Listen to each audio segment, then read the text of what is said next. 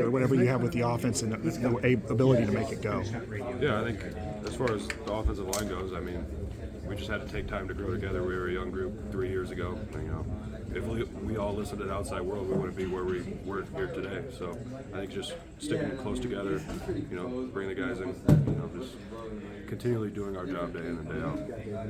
What's it like to block? I'm sure you already answered this, but block for Caleb and just to, because his yards are your yards. I mean, you're blocking for him.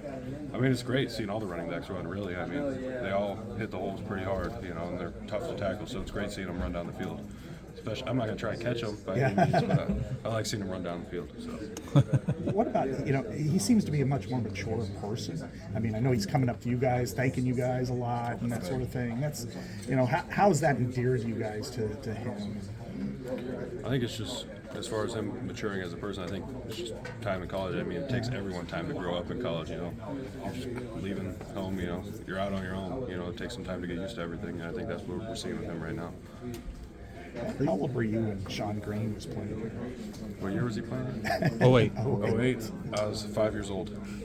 Any memories? Don't remember much from when I was 5. But you've seen the highlights. Yeah, I've seen some highlights, just what Coach Ferentz will put up in the meetings. I haven't, looked them up or anything. But.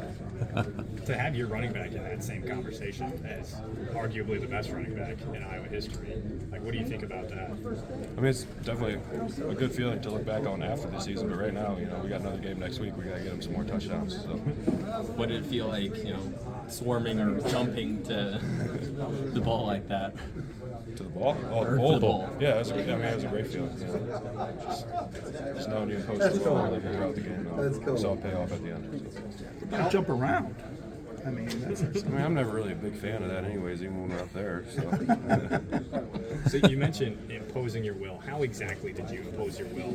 Just moving them off the ball, play in and play out, tiring them out, just making holes for the running backs to, run through, making them guess, those linebackers guess and jump out of their fits. So.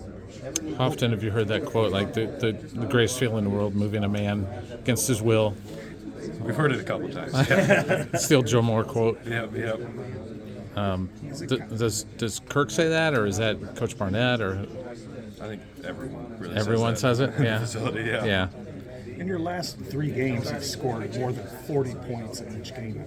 I mean, that's, from where you were last year. I mean, it just seems to be, a growth. But what has kind of helped pushing you guys to that level to scoring 40 almost every time you're out here? I think it's just every guy buying in, for one another, and wanting to not be that guy that lets the team down. I think that's a big motivator for a lot of us. Just not being that one guy who, messes up his job and then playing the play as it goes. So.